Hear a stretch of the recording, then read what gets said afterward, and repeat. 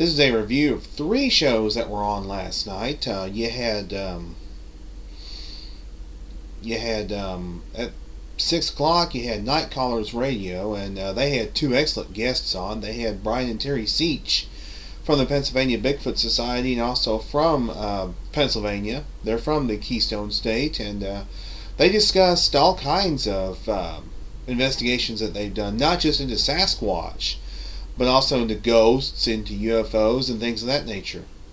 They discussed quite a bit about the white Sasquatches that they've seen, or that they've investigated. They have never seen a Sasquatch themselves, neither Brian nor Terry, but they have investigated several cases.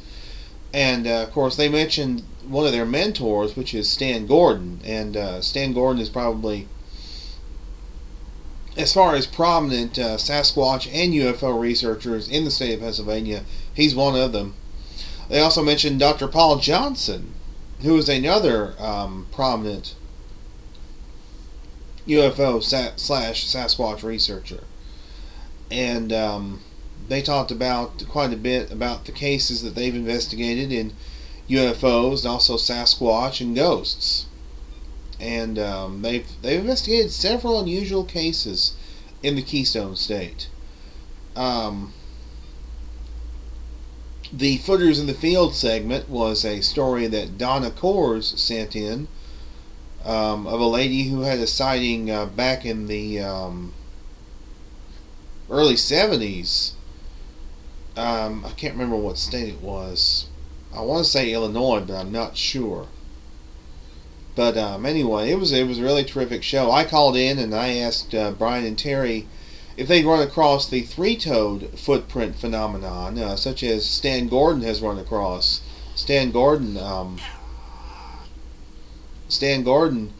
has a cast or 2 of 3-toed tracks. They said they hadn't run across anything like that themselves personally. I also asked them what kind of casting material they use. They say they just use good old plaster of Paris. Brian mentioned that yes, there have been squatchers who have recommended they use hydrocal, but they stick with their plaster of Paris. So that's what they're sticking with. All in all, it was a great show, and I really enjoyed listening to it. It was really terrific. Brian and Terry are great folks. I've met them, and they're going to be at the Ohio Bigfoot Conference again this year, and they're great folks again.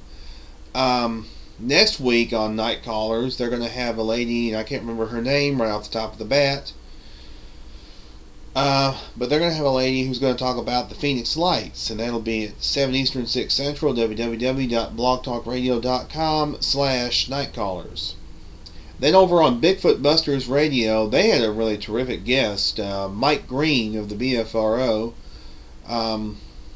who got that intriguing recent thermal image of what many are saying is a Sasquatch.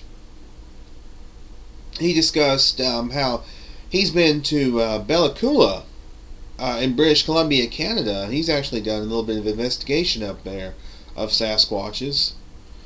He also discussed some investigations he and the BFRO have gone on in Florida. He also discussed quite a bit of the methods that he uses in the field, such as baiting. He uses peanut butter, which is interesting. There are other Sasquatch researchers who also use peanut butter in the field, as far as to lure a Sasquatch into, let's say, a camera trap. Now, he did have a sighting a few years ago through a thermal imager. He had a sighting, well, much like Bart Coutinho had a sighting through a thermal imager near Neshees, Washington, back in I think that was 2007 when Bart had his sighting, or 2008. Bart will probably correct me. I believe it was 2007 though. I think it was 2007, and he talked about quite a bit about his experiences. Mike's had a lot of experiences in the field, just really fascinating stuff. And he talked about the recent thermal image that he caught of what many are calling a Sasquatch. That was in North Carolina last April. That footage was shown for the first time anywhere at the Yakima Bigfoot Roundup last year. I met Mike last year, and he's a good guy, and I don't see him as a hoaxer, and I don't see anybody... Well, it's a possibility somebody could have hoaxed him, possibly. Because I want to correct something that I wrote on my blog about an editorial I wrote about the Mike Green deal. It turned out that he indeed did not put the thermal imager in his truck and leave it there. He actually left the imager on a tripod and then put a camouflage tarp over it. And then he drove off. He said, well, I guess I'm going to go for a little drive. And he drove off in his truck and left the thermal imager on a tripod with a camo tarp over it. And that's how he got the image that he got of what appears to be perhaps a Sasquatch retrieving a Zagnut bar off a tree stump. Anyway, it was a really great show. I would give both shows a 4.5 out of 5 stars. They were really great. Both, and I'm not sure what Tim and Chuck have planned for next Sunday, but it begins at 9 Eastern, 8 Central, www.blogtalkradio.com/TCSJRBigfoot.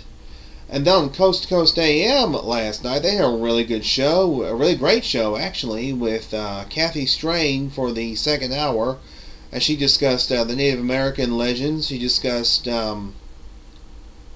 her writings and her research into the Native American legends about the hairy man, which is the pictograph at the I think it's Yokut, the Yokut Indian tribe in California, Northern California. She also discussed her book, her book Giants, Cannibals, and Monsters: Bigfoot in Native Culture, which is an excellent book, by the way. I highly recommend it. She discussed the Native American legends and how a lot of them have the commonality of a Sasquatch or Bigfoot carrying a basket on its back to collect wayward children, or to collect perhaps wayward adults that might wander into its territory, and then putting pitch on their eyes and so they can't see, and putting them in the basket on its back.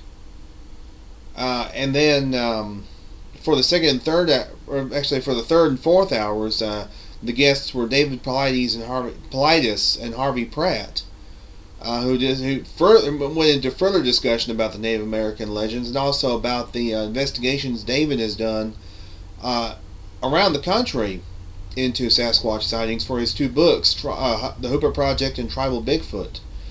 Harvey Pratt also discussed his forensic sketches, which are absolutely excellent. His sketches of Sasquatch, and they took a few callers in the last hour.